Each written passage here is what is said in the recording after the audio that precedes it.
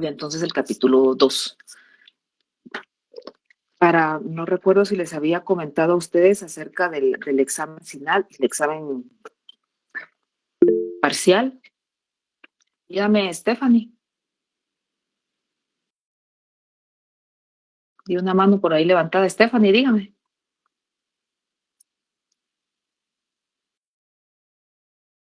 ¿Ya no? Bueno, para el examen, para el examen parcial se va a evaluar de la unidad 1 completa, es decir, capítulo 1, 2, 3 y 4, es lo que se va a evaluar. Entonces, para que por favor vayamos, sigamos avanzando. Como les digo, hoy terminamos con el próximo martes terminamos con el capítulo 2 y luego seguimos con el tema de la libertad y el de la moral. Entonces, les voy a...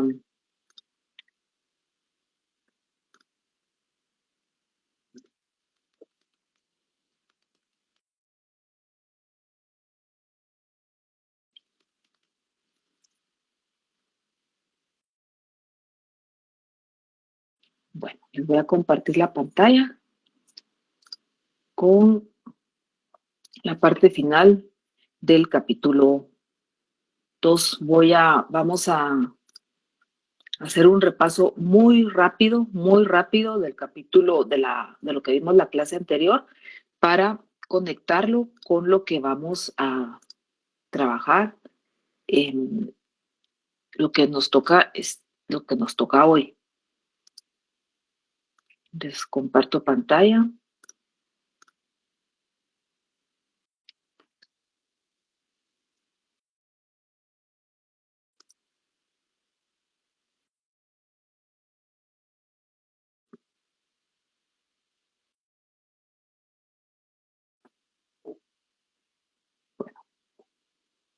Bueno, ahí estamos. Esto es lo que trabajamos en la clase anterior.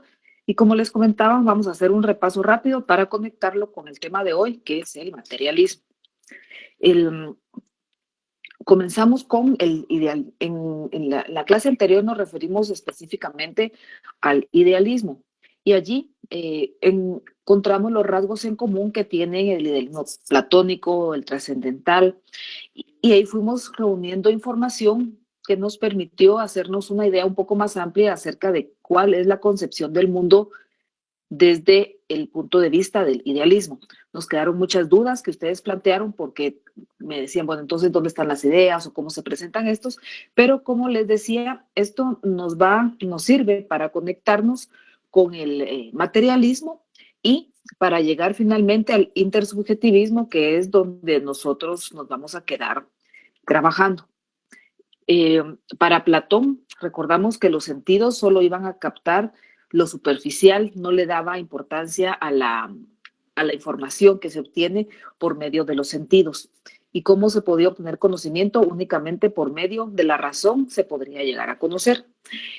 Sabemos que para Platón existía un lugar donde estaban todas las ideas reunidas y era como un insumo que tenía el ser humano y que le iba a servir para conocer, de tal forma que solo podía conocer lo que el ser humano ya tenía incorporado.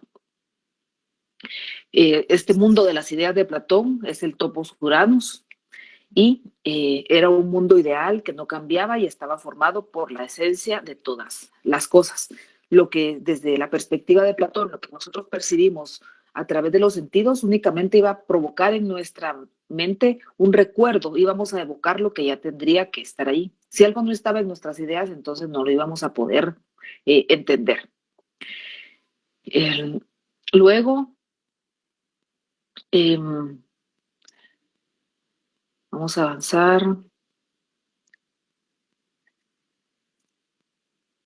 Para Descartes, se considera el principal representante del racionalismo. Esta corriente filosófica da la prioridad a la razón para construir entonces los conocimientos que sean confiables. La pregunta de en dónde se origina el conocimiento, en los sentidos o en el entendimiento. Los sentidos nos dan información, pero pueden engañarnos. Entonces se da más valor a la razón, al conocimiento que se posee como una herramienta para poder acercarnos y conocer. Los sentidos sí dan información, pero pueden estar equivocados.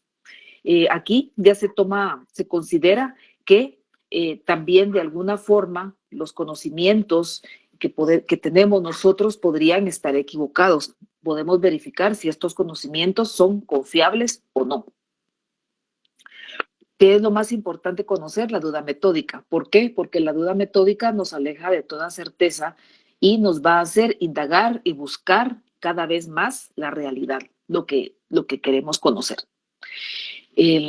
Para Descartes y el racionalismo cartesiano, las únicas verdades confiables son las que se obtienen por medio de la razón. Los sentidos informan algo, pero lo único auténticamente confiable es lo que se obtiene por medio de la razón. A la verdad se llega únicamente como a través del intelecto. Las experiencias que se tienen dan la materia prima para conocer el mundo. Aquí veamos puntos en común que tienen con lo que hemos visto, pero el acceso a la realidad es únicamente a través de la idea. Es necesario tener antes una idea de lo que esté captado para poder comprender lo que se percibe. Aquí de nuevo se plantea la existencia de una realidad externa que nos va a dar origen a las ideas. Vamos a ver. Acerca del idealismo trascendental de Kant, sostiene que el sujeto pensante construye su conocimiento y así llega a la verdad. Todo conocimiento que se tenga de la realidad es una representación, por lo que se piensa condiciona la percepción del mundo. Aquí vemos que de nuevo se da mucha importancia a las ideas que se tengan para percibir la concepción del mundo. El origen entonces del conocimiento va más allá del sujeto que conoce y de la realidad conocida. Existe un mundo exterior, pero solo se puede conocer lo que le afecta a los sentidos o interese al sujeto. Vemos que es algo muy semejante, es como que no podemos conocer lo que no se tiene previamente la idea. Y de nuevo, no se puede conocer solamente a través de los datos que aporten los sentidos.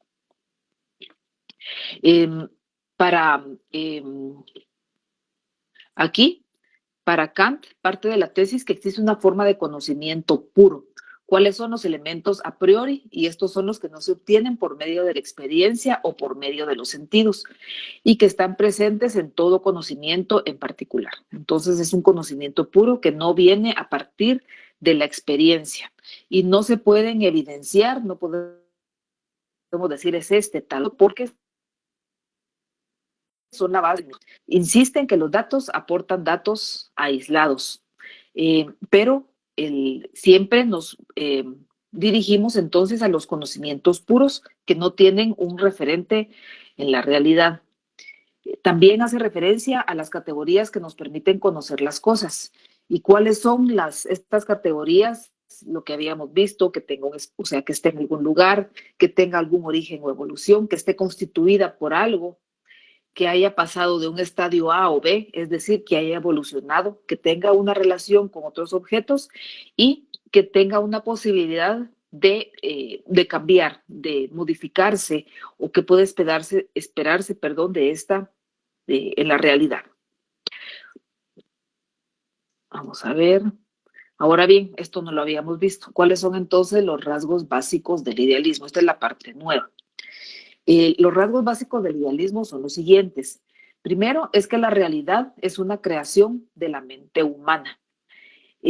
Independientemente de lo que exista fuera de nuestra mente, entonces solamente vamos a entender que es real aquello sobre lo que podemos pensar. ¿Qué significa esto? Hemos visto que con frecuencia algunas personas utilizan, por ejemplo, la palabra idealista para, tal vez con un sentido que no, ya lejos de esta perspectiva que estamos trabajando, es una persona que, ¿cuál es lo que se cree? Que no tiene los pies puestos sobre la tierra, que solo imagina, que todo lo mira bien o que todo, o sea, hay muchas ideas que puede haber alrededor de esta palabra, idealismo. Desde la perspectiva que estamos trabajando, El idealismo únicamente afirma que la realidad es una creación de la mente humana. Independientemente de que algo exista, solo es real sobre lo que podemos pensar. De aquí vemos muchas veces cómo hay hasta ciertas, digamos, algunos, yo no le llamaría filósofos de la nueva era, ¿verdad? Pero son personas que apoyan, por ejemplo, que una persona piense porque eso es lo que se va a existir. Entonces, solo es real sobre lo que se puede pensar. Entonces, esto es de alguna forma es otra de las perspectivas con, que se toma en cuenta, digamos, para algunas personas para referirse al idealismo. Aquí lo que vemos entonces, independientemente de lo que exista fuera de nuestra mente, solo comprendemos que es real sobre lo que podemos pensar. Si no lo tenemos en la mente, no lo podemos concebir. El conocimiento, entonces, ¿dónde tiene su origen? En la mente. No viene de afuera. ¿Por qué? Porque la realidad, si no tenemos antes la idea, para el idealismo es como que no se puede pensar, no se puede concebir. Para conocer entonces la realidad, lo más importante es el papel del cerebro humano que la materia en sí misma. Están intentando entrar a la clase, pero ya nadie está pidiendo entrar. Permítame, voy a ver qué pasó. Ahí está. Gracias por el aviso. Es que yo no puedo ver aquí en el teléfono si están tratando de entrar. Esto ahorita ya no lo pude ver. Gracias por el aviso. Ahorita creo que ya entraron los que estaban intentando. Esta presentación, cuando la termine, igual se las voy a subir en Classroom. Todo lo que está aquí está en el libro. Entonces, no. Así es como, a semejanza de esto que comenta la compañera. Si cuando vemos algo que no conocemos qué es, no podemos ni siquiera nombrarlo, es como si no existiera porque no sabemos qué es. Esto es, ubiquémonos en una perspectiva, ¿verdad? Que estamos, permítame, solo voy a, cuando van a un objeto que no conocen y no se sabe para qué sirve. Ajá, porque no se puede pensar en esto, es como si no existiera. Entonces, para conocer la realidad es más importante y activo el papel del cerebro humano que la materia en sí misma, porque para los idealistas esto es lo que está creando. Entonces, ¿cuál es el postulado básico del idealismo? Preeminencia de la conciencia sobre la materia. ¿Por qué? Porque es más importante y activo el papel del cerebro humano que la materia en sí misma, porque el conocimiento va a partir de la mente, del sujeto. El mundo entonces que se pretende conocer es solamente una recreación o una vuelta a crear de un mundo ideal. Para el idealismo entonces, el sujeto es el punto de partida del conocimiento. Eso es. El principio básico es que desconfiar de que nuestras ideas sean solo un reflejo de una supuesta realidad externa. ¿Por qué? Porque se desconfía de la realidad. ¿Por qué se desconfía de la realidad? Porque la percibimos a través de los sentidos. Entonces, es de alguna forma desconfiado, es cauteloso por la información que podamos recibir. Y todo parte del sujeto. Entonces, el punto de partida del conocimiento es el sujeto. Y la desconfianza que está mencionada aquí se manifiesta hacia todo lo que pretende ser real. ¿Por qué? Porque es percibido por los sentidos y la única forma de conocerlo es a través, entonces, de la mente. Las cosas que se consideran reales son las que se pueden conocer con total seguridad, de acuerdo con la evidencia que vamos a tener como sujetos que estamos conociendo algo. Y de nuevo, lo vamos a conocer porque tenemos previamente estas ideas. Entonces, del mundo real, digamos, de la realidad, únicamente vamos a conocer aquello que tengamos alguna idea, algún conocimiento previo. De lo contrario, no lo podemos conocer. ¿Cuáles son entonces los aportes del idealismo? Uno de los principales es el estudio del papel de las ideas dentro de la vida social. Actualmente el idealismo pues ya no se toma, tuvo sus aportes, pero no se va a partir únicamente de esto como lo único que nosotros tenemos para conocer, porque si no, todo lo que el mundo en el que estamos, no lo podríamos percibir si no es únicamente, o no le daríamos el valor que tiene lo que percibimos a través de los sentidos, porque únicamente partiríamos de las ideas que tenemos. Si se observa algo en un microscopio, como se menciona más adelante en el capítulo, tendríamos que desconfiar, o sea, no se le da valor a la información que va a tener el mundo exterior, sino que únicamente a las ideas que se tienen. Pero su aporte es entonces el estudio del papel de las ideas dentro de la vida social. Aquí, con esta terminamos la primera parte del capítulo 2. El capítulo 2 lo vamos a dividir en 3 partes. Ahorita vamos a pasar a la otra parte, y esta es la del materialismo.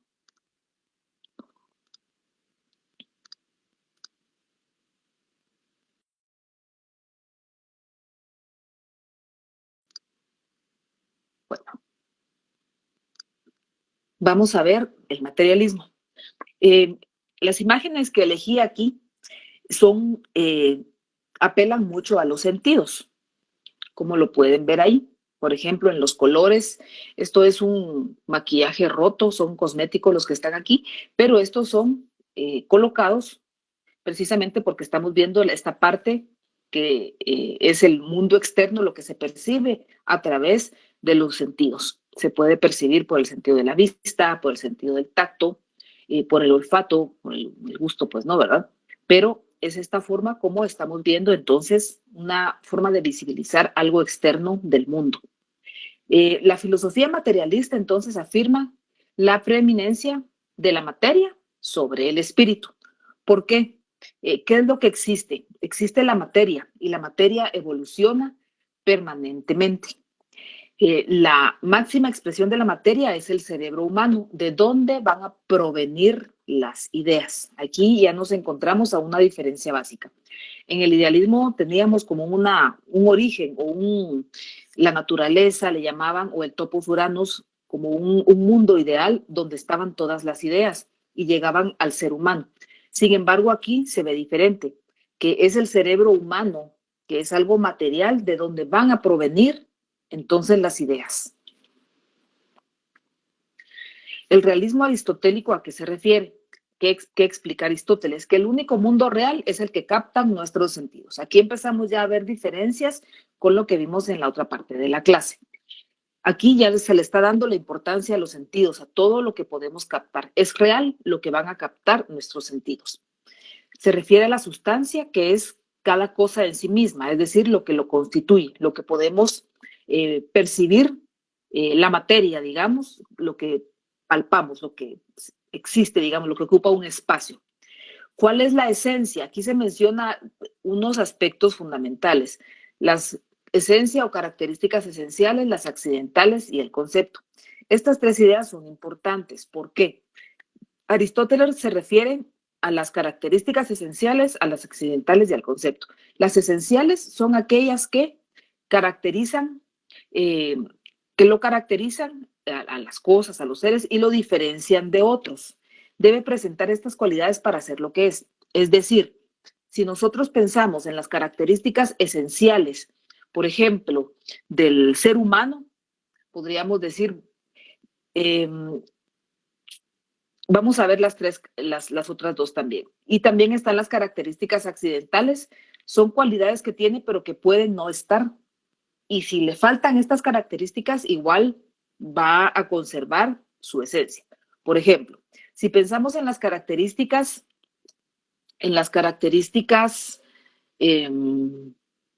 vamos a ver, esenciales, en las características esenciales en las características generales del ser humano. Podríamos decir que es un ser vivo, sí es un ser vivo, pero también es un ser vivo, un ave, por ejemplo. Que es un mamífero, sí es un mamífero, pero también es un mamífero, un caballo. Que camina, que tiene ojos, muchos. Entonces ahí vemos que son características eh, eh, que pueden compartir con otros seres humanos. Cuando nos vamos a las características esenciales, Entonces ahí nos vamos a las características que necesitan para lograr diferenciarlo de los demás. En el caso del ser humano, la característica esencial del ser humano es su capacidad de razonar, y también podríamos aludir a la capacidad que tiene de comunicarse por medio de un lenguaje. Eh, Aquí podríamos decir, mire, pero hay animales o hay algunas otras especies que yo le aseguro que sí se comunican. Aquí vamos a recordar que no se trata de transmitir información, aquí estamos hablando de comunicación, es decir, que hay un intercambio entre, perdón, alguien puede apagar su micrófono.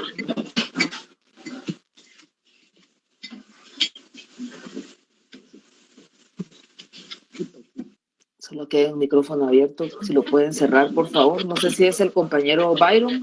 Que viene después. Disculpe. Gracias, muy amable. Voy a ver, ahí pusieron un mensaje, pero no lo puedo ver aquí, permítanme. La capacidad de razonar, exactamente, la capacidad de reaccionar. Aquí tendríamos que ver cuál es la capacidad de reaccionar, porque, por ejemplo, si hay un incendio, el ser humano va a salir por instinto, digamos, reacciona y se aleja, pero hacen lo mismo todas las especies. Aquí, donde nos enfocamos en cuáles son las características que va a compartir y que lo va a diferenciar de otros. Debe presentar estas cualidades para ser lo que es. También pueden entrar características físicas, Maylin, también pueden entrar. Son las que la caracterizan para ser lo que es y lo van a diferenciar de otros. En el caso, por ejemplo, del ser humano, pues camina erguido, camina en dos extremidades, tiene la capacidad del lenguaje articulado, utiliza un sistema de signos, también, y tiene la capacidad de razonar. Ahora bien, si agregáramos a esto, mire, también otra característica del ser humano es que su piel es de color morena. No, mire, es blanca. No, mire, puede ser mucho más oscura, o puede ser más blanca, o puede ser rojiza. Entonces, el color de la piel, eso ya es algo accidental, porque puede no tener el color, ¿verdad? La piel, pues es algo que, digamos, la característica de la piel sin vellos, si lo comparamos con otras especies o con menos vellos que otros, podría ser una característica esencial, pero accidental, por ejemplo, que tenga el pelo rubio o que tenga el pelo café, que tenga los ojos azules o que los tenga verdes o cafés. Entonces son características que pueden no estar y que no van a ser esenciales para diferenciar. Por ejemplo, si pensamos en un gato, una característica esencial del gato es que es un felino doméstico. Hay muchos felinos más, pero no son domésticos, por ejemplo. El único felino doméstico es el gato. Si yo dijera, bueno, ¿qué es características esenciales? Es un felino, es doméstico y es rayado. El hecho de que sea rayado ya es accidental, porque puede haber un gato negro e igual vamos a saber que es un gato si decimos que es un felino doméstico. Entonces hay características que debe tener y que lo van a caracterizar, lo van a diferenciar de los demás. Que hablen diferentes idiomas. El idioma sí es lo accidental, pero la capacidad de hablar, eso sí es algo esencial del ser humano. Los idiomas ya, por ejemplo, podríamos decir que el ser humano tiene la capacidad del raciocinio y la capacidad de hablar lenguaje articulado. Eso sí es esencial, pero que hable un lenguaje articulado, que sea el idioma español, el idioma ya es el accidental, no la capacidad de comunicarse por medio de un idioma. Eso sí es la capacidad de amar.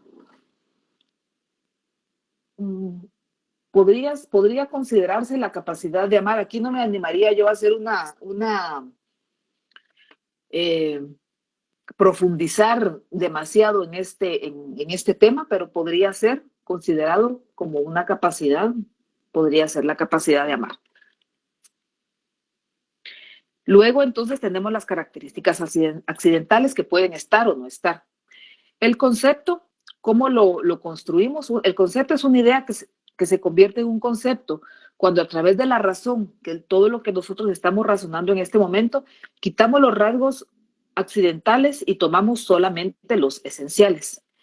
Entonces, es así como nosotros podemos formar en nuestra cabeza un concepto. Por ejemplo, eh, el concepto, les decía, el concepto de gato, el concepto de ser humano.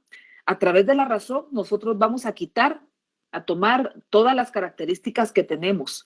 Vamos a quitar lo accidental, nos vamos a quedar con lo esencial para poder tener un concepto. Por ejemplo, si yo les digo, jóvenes, pensemos en el concepto de perro. Entonces, pensemos, ahorita solo pensemos, concepto de perro. Vamos a quitar, sabemos que pertenece a la familia, pues es un cánido, es doméstico, es un canino doméstico, por ejemplo. Luego, alguien podría decir, mire, y tiene las patas cortas. No, también puede tener las patas largas. Entonces, ¿cuál es la idea?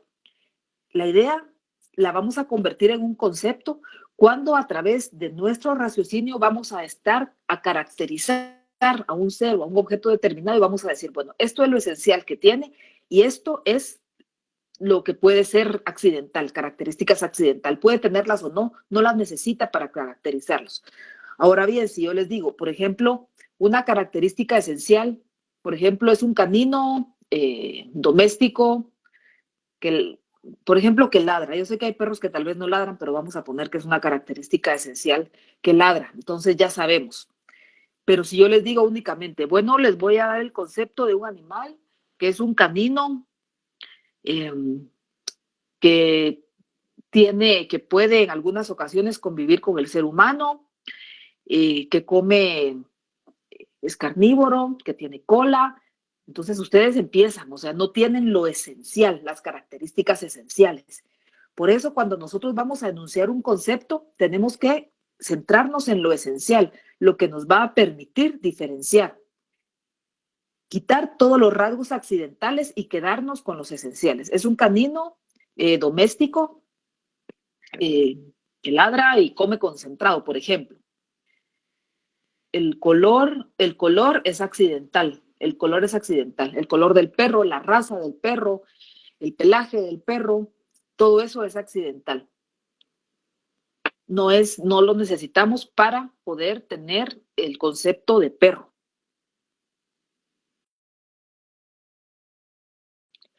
Por ejemplo, si yo les pregunto, jóvenes, ¿cuál es el concepto de ambulancia? Ambulancia. Entonces pensamos, ¿cuáles serían las características esenciales de una ambulancia? Algo esencial de una ambulancia, características esenciales. ¿Podría ser que traslada personas? La sirena, ajá. La sirena es lo esencial. ¿Qué otras características las necesitaríamos para comprender? Porque si yo digo ambulancia y me dicen solo sirena, por ejemplo, una patrulla también puede tener una sirena. Ajá, la policía también tiene. Por eso necesitamos todas las características esenciales. Una camilla, una cruz que lleve paramédicos. Entonces, es un vehículo que está equipado para trasladar personas heridas y que tiene una sirena colocada en tal. Entonces, ahí vemos todo lo que tienen. Vehículo de emergencia equipado para trasladar personas heridas, cuenta con una camilla, cuenta con paramédicos. Entonces, todas las características que ustedes están mencionando ahí son las características esenciales. Pero si yo les digo únicamente, es un vehículo de 4 ruedas que siempre va rápido, no estoy diciendo nada. Todo eso es accidental, o sea, sí va rápido, sí lleva un herido, pero nos estamos enfocando únicamente en las características esenciales. Estas les van a servir a ustedes para denunciar el concepto de ambulancia, porque eso es lo importante eh, para poderlo entender. Eh, una característica, ¿cuáles podrían ser, por ejemplo, las características accidentales? Características accidentales de la ambulancia. Características accidentales de la ambulancia. El color, ajá. El tamaño, porque hay ambulancias, el diseño del vehículo, muy bien. Todo eso es accidental. Lo puede tener el motor, ajá. La institución a la que pertenece, la marca del vehículo, todo eso es accidental. Podemos decir, miren, ahí viene mencionar solo la marca o la capacidad del motor y eso no nos va a decir nada. La matrícula, exactamente. Entonces todo eso es accidental. La sirena es uno, aquí se convierte en esencial cuando ya la combinamos con los otros elementos. Muy bien. Entonces ahí vemos cuáles son las características esenciales y las accidentales. Estos conceptos, entonces, a los que nos estamos refiriendo son las ideas equivalentes a las ideas de Platón. Aquí estábamos hablando de Aristóteles. Entonces, los conceptos que refiere Aristóteles equivalen a las ideas de Platón. Los conceptos no existen en la realidad. Nosotros tenemos el concepto de ambulancia. No existe este concepto, o sea, no lo podemos palpar. Eso es algo que está en nuestra mente. Cuando lo enunciamos, entonces, bueno, voy a definir qué es una ambulancia. Una ambulancia es tal, pero el concepto de ambulancia está en nuestra mente. Ahí estamos haciendo todo ese proceso mental de depuración de características para poder después definir, bueno, una ambulancia es un vehículo que tiene tales características a través del idioma. Estos conceptos entonces no existen en la realidad, son una creación humana para ordenar el mundo y darle entonces un sentido. Aquí estamos viendo a Aristóteles. ¿Para qué usamos los seres humanos los sentidos? Para conocer el mundo, pero también contamos con la razón, que es nuestra característica esencial. Aquí vemos que ya se le está dando importancia a los sentidos, porque son a través de los cuales nos vamos a acercar y a aprender el mundo, pero también tenemos la razón. Es decir, no vamos a descartar la razón. Mire, la razón queda totalmente fuera. No, esto no es así. El cerebro, entonces, va a tener un papel fundamental tanto para Platón como para Aristóteles. Para Platón era para reconocer las ideas perfectas, que las recordamos de dónde venían, del topos Uranus, perdón.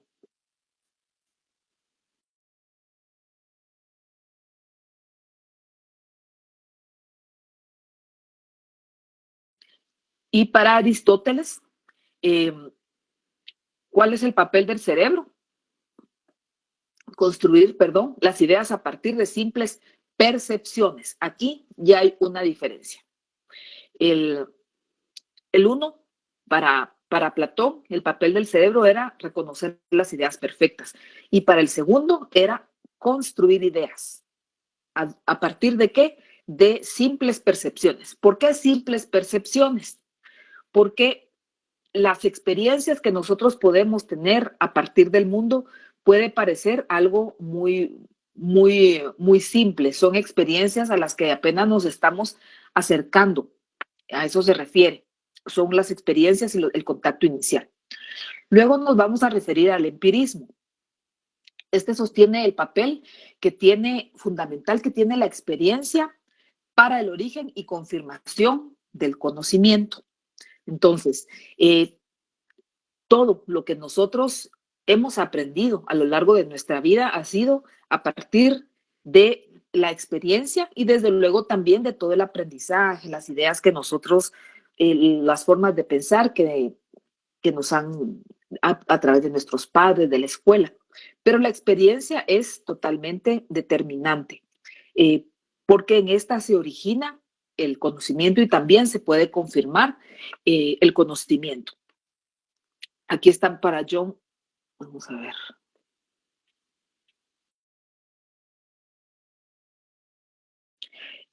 No podríamos afirmar que es totalmente diferente, porque ambos hablan, por ejemplo, de la importancia de las ideas, pero el origen de las ideas es distinto. Pero sí se les da importancia a las ideas, al razonamiento, y esto podríamos ver que es lo que tienen en común. Al valor que se le da al razonamiento, no se dice que no existan ideas, pero sí en cuanto al origen del mismo. Y otra de las, eso sería, digamos, en cuanto a la semejanza y la diferencia en el valor que se le da entonces a la experiencia como origen y confirmación del conocimiento. Si nos vamos a los idealistas, no podríamos estar confirmando conocimiento a través de la experiencia porque esto daba lugar a confusión, podía ser una información falsa, pero aquí ya vemos de la importancia de la experiencia como el origen del conocimiento, porque ahí tenemos información. Para John Locke, entonces las ideas son solo reflejos de lo que nosotros hemos visto y oído. totalmente contrario, como vemos a lo que decía Platón. Ya las ideas las tenemos y solamente se manifiesta o vamos a ver lo que ya teníamos como ideas, pero para el empirismo las ideas van a ser únicamente reflejo de lo que nosotros hemos visto y lo que hemos oído. Y así nos vamos a nutrir de ideas. Cuando nosotros nacemos, para la perspectiva empirista, somos como una página en blanco y vamos a empezarlas a llenar de experiencias. Incluso desde antes de nacer, ustedes saben que los niños, los bebés son capaces de percibir las emociones del contexto, de las personas que les rodean, si son amados, si son rechazados. Son capaces de percibir muchas experiencias, incluso desde antes de nacer, pero vienen como en blanco. A partir entonces de lo que nosotros empezamos a percibir, a través de los sentidos van a surgir algunas ideas simples. Por eso, ¿cuáles son las ideas simples? Las que empezamos a tener cuando somos pequeños y empezamos a tocar el mundo, a escuchar a los adultos, a ver el mundo en el que estamos, nuestra familia, de bebés, pues en el dormitorio, donde estemos, los amiguitos, nuestros primos, empezamos a experimentar el mundo y a obtener información de ideas simples. Son las ideas más inmediatas, digamos. Las ideas que vienen de las percepciones más inmediatas. Ahora bien, el cerebro va a analizar y relacionar estas ideas y así surgen entonces las ideas de reflexión. Y estas a la vez pueden seguir evolucionando y para llegar a una abstracción y se van a alejar totalmente de las ideas simples, pero siempre van a estar originadas en estas. Por ejemplo, pensemos en la ambulancia. Nosotros, para llegar a la conclusión de una ambulancia, nosotros, por la experiencia que ya tenemos, reunimos información. ¿Cuál podría ser una idea simple? Un sonido, la ambulancia, escuchamos la sirena. ¿Qué otra observación? Un vehículo con tales características, vemos que hay una camilla, eso es como algo que podemos observar a simple vista, son como ideas simples. Pero luego empezamos a analizar estas ideas, las relacionamos y logramos llegar a un concepto. Entonces esto es una ambulancia. ¿Por qué? Porque una ambulancia, todos los que ustedes escribieron ahí en el chat, es como reunir todas las ideas simples que percibimos para llegar a una idea de reflexión y así llegamos a la conclusión que para que sea una ambulancia, entonces debe reunir tales características y presentarse, entonces debe reunir todas las características que son entonces ya mencionadas. Estas ideas podemos llegar a otro nivel para una mayor complejidad, pero estas ideas siempre van a estar originadas en las ideas simples. ¿De qué forma? ¿Cómo así la abstracción? Si ustedes recuerdan, por ejemplo, pensemos en una obra de arte, abstracto. Una obra de arte abstracto puede ser la percepción que el artista tuvo de un hecho o la manera como esta persona decidió plasmar algo que estaba experimentando, viviendo, el mensaje que quería transmitir y eligió ciertos colores, texturas para presentarlo. Entonces, aquí se pueden presentar algo totalmente alejado de la idea simple, pero el origen que se tuvo siempre van a ser estas. ¿Por qué? Porque estas son las percepciones iniciales que vamos a tener. Los empiristas entonces llaman a observar la realidad externa. ¿Por qué? Porque a través de ahí vamos a tomar todas las ideas, toda la información. Luego pasamos al materialismo. Esta filosofía afirma la preeminencia de la materia sobre el espíritu. El pensamiento, perdón, aquí hay un error espantoso, lo voy a corregir.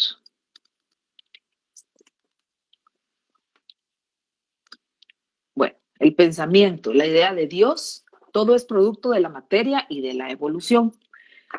Aquí es posible que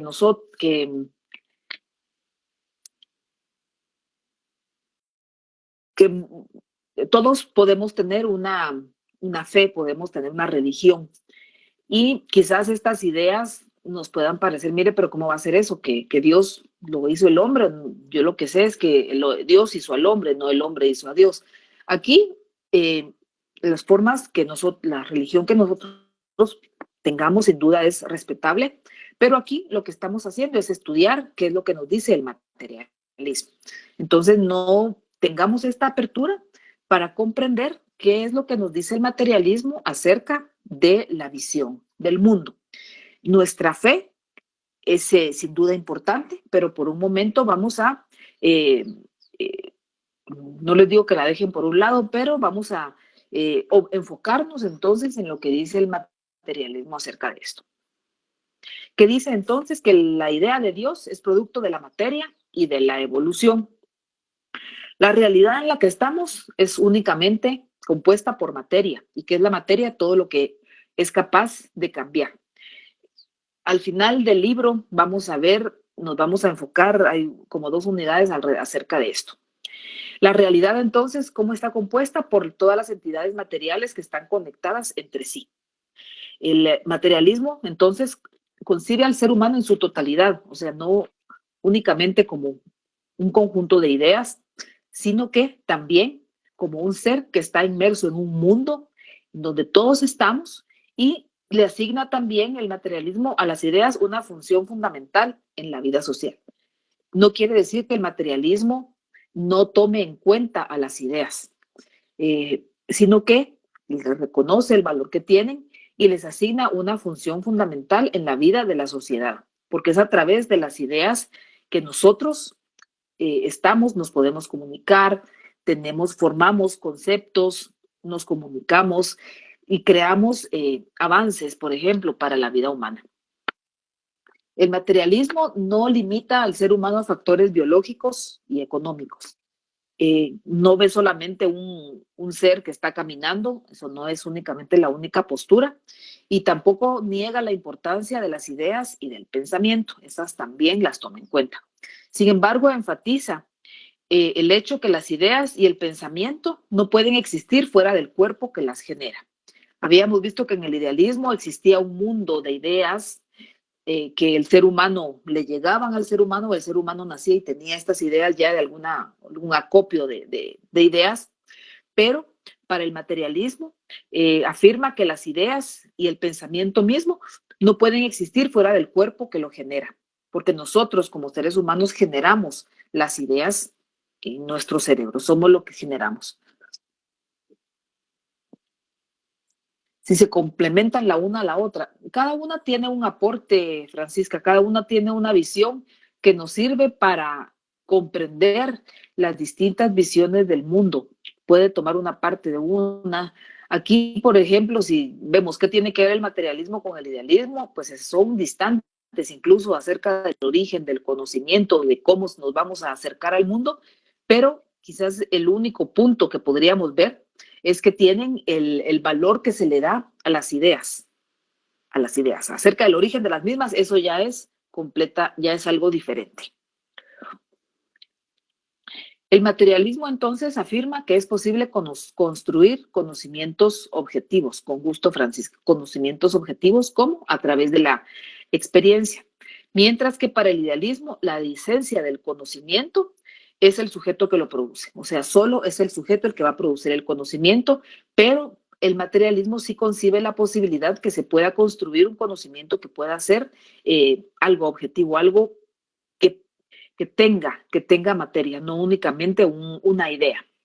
Para el materialismo, por un lado, la verdad de una realidad depende de lo que ésta sea en sí misma y no de la mente que lo piense. ¿En qué consiste esto que acabo de leer? Una realidad va a existir por lo que ésta ya es en sí misma y no va a esperar a que yo la piense para existir. Aquí vemos otra de las diferencias. Entonces la realidad ya está, no es que yo la esté, no existe hasta que yo la piense, ¿no? La realidad ya está. Entonces no depende de que yo empiece a pensar, a crearla para que pueda existir. Para estar en el mundo, para vivir, para conocer el mundo, el cerebro humano capta información a través de los sentidos u otras herramientas con las que cuenta el ser humano. ¿Cuáles?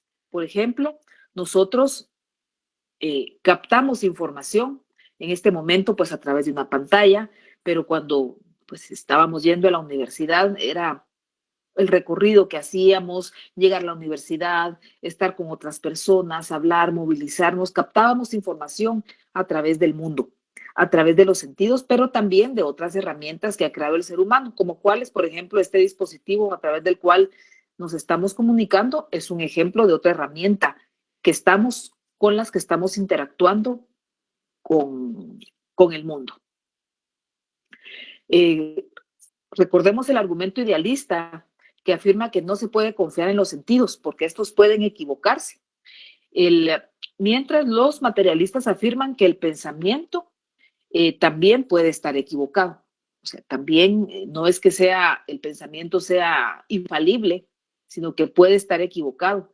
Pero se puede conocer al mundo a través de los datos que éste ofrece. Esto no quiere decir que todos los datos, que para el materialismo, todos los datos que vengan del exterior van a ser certeros o válidos. No, también se reconoce, los sentidos pueden equivocarse, pero son válidos. Obtener información a través de ellos para llegar al conocimiento. Se puede conocer objetivamente a través de los datos que nosotros vamos a percibir con los sentidos. Y también menciona que el pensamiento puede estar equivocado. ¿Cuáles son entonces los planteamientos materialistas? Uno, que la materia existe fuera de todo espíritu y no necesita de él para existir. El mundo está. El ser humano, cuando nosotros venimos al mundo, el mundo ya estaba. No es que el ser humano lo haya creado. El, la materia no necesita del espíritu para existir. La materia ya está, no necesita del pensamiento, del raciocinio del ser humano para existir. Más bien, la materia va a producir al pensamiento del ser humano. El cerebro humano, entonces, va a conocer a través de la razón, con el auxilio de los instrumentos que ya mencionamos. Entonces, los sentidos envían datos al cerebro que los ordena, los sistematiza para elaborar conceptos. De esta manera es como nosotros nos aproximamos al mundo, empezamos a recopilar experiencias y esto nos va a servir para tener información y poder elaborar los distintos conceptos. Para los idealistas, porque aquí en esta parte del libro se comparaba unos con otros, solo se puede recurrir a las ideas y teorías para interpretar la realidad, no al mundo, no a los sentidos, no a lo que nosotros tenemos acceso al mundo. Mientras los científicos representan al mundo con ideas, pero estas ideas son procesos del cerebro y por lo tanto son objetos de estudio científico. Entonces es aquí donde vemos la diferencia. Sí nosotros nos referimos al mundo con ideas. En este momento estamos hablando, estamos transmitiendo ideas y representando al mundo con las ideas que estamos intercambiando. Pero estas ideas no llegaron de ningún mundo ideal, son producto de nuestro cerebro, de las experiencias, del conocimiento que hemos adquirido y por lo tanto pueden ser un objeto de estudio científico. El materialismo entonces plantea el carácter dinámico, evolutivo e histórico de la materia. ¿Por qué? Porque la materia siempre se está transformando.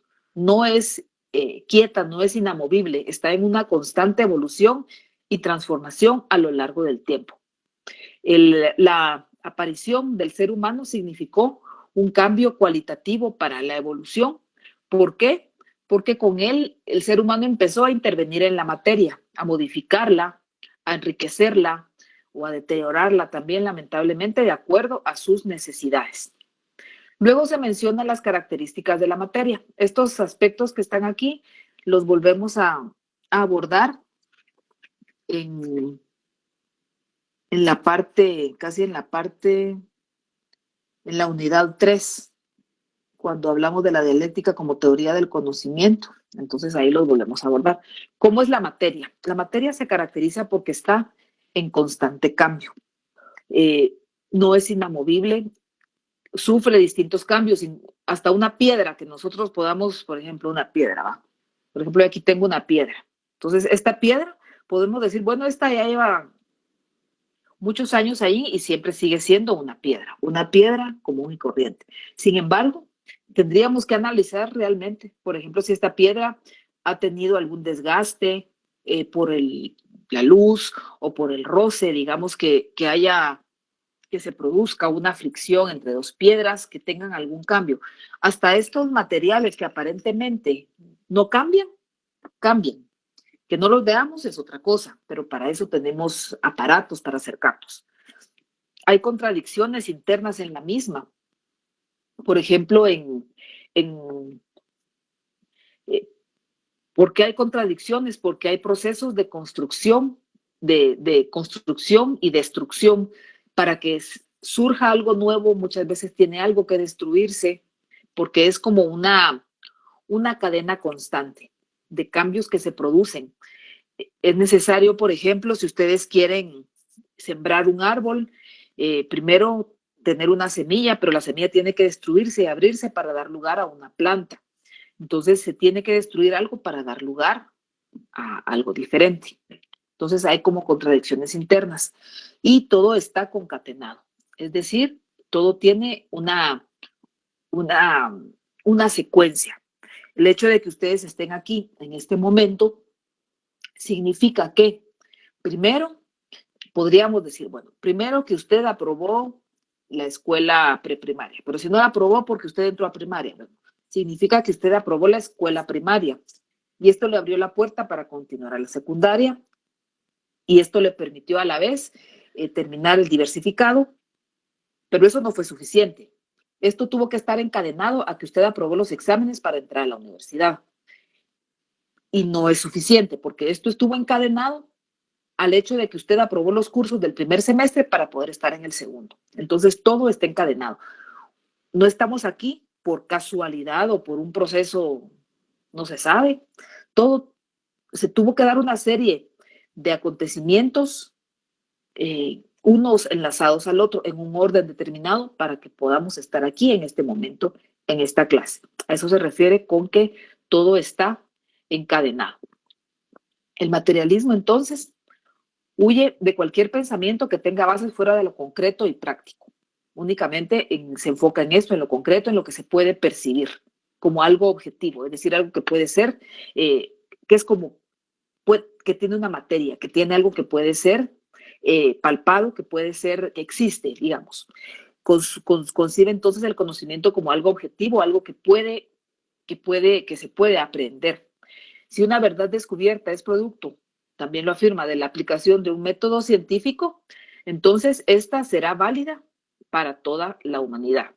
Y otra de las características que menciono del materialismo es que el conocimiento es perfectible. ¿Qué quiere decir perfectible? Que se puede perfeccionar, que puede mejorar.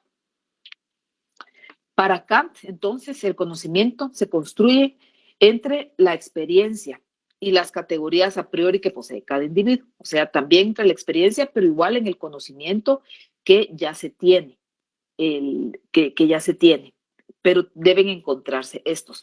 Y el conocimiento termina siendo subjetivo porque depende del sujeto. Eso fue lo que vimos en la parte anterior. Por su lado, el materialismo no niega las bases a priorísticas del conocimiento, o sea, de la experiencia, pero pone énfasis en la realidad material externa a la conciencia. Si bien es importante las bases que yo tenga con el conocimiento, es fundamental la realidad externa. ¿Por qué? Porque es la que nos va a dar información para poder conocer. Entonces, aquí terminamos el capítulo, no, la segunda parte del capítulo 2. Me gustaría saber si tienen preguntas, porque todavía nos falta para terminar este capítulo. ¿Tomaron como base alguna característica del método socrático? ¿Fue un nuevo criterio de cada filósofo? No podría contestarle esta pregunta, compañero. No tendría esa información para contestarle con solidez. Es muy interesante ver cómo se concibe el mundo, cómo podemos conocerlo. ¿Hasta qué página leen? Para la próxima clase, por favor, terminan el capítulo 2 y hacen las actividades. Entonces, el martes terminamos capítulo 2 y revisamos actividades. Por favor.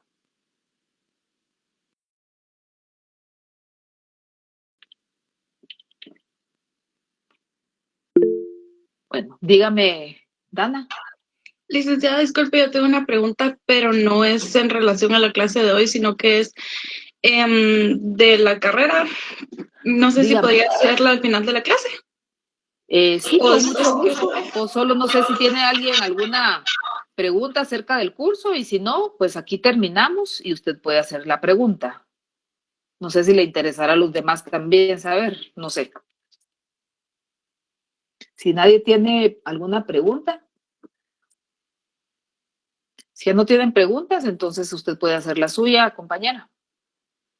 Gracias, licenciada. Disculpe, es que fíjese que yo llevo carrera simultánea.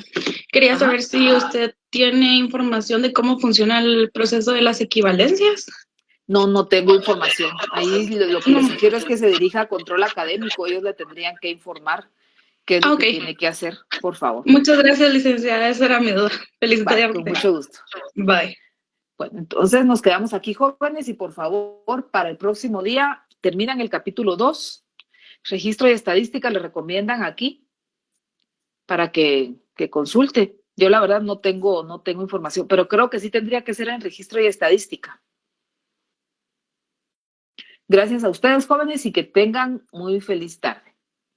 Feliz tarde, Feliz licenciada. tarde. Licenciada, feliz tarde, licenciada. Nos Feliz tarde, vemos. licenciada. Feliz tarde.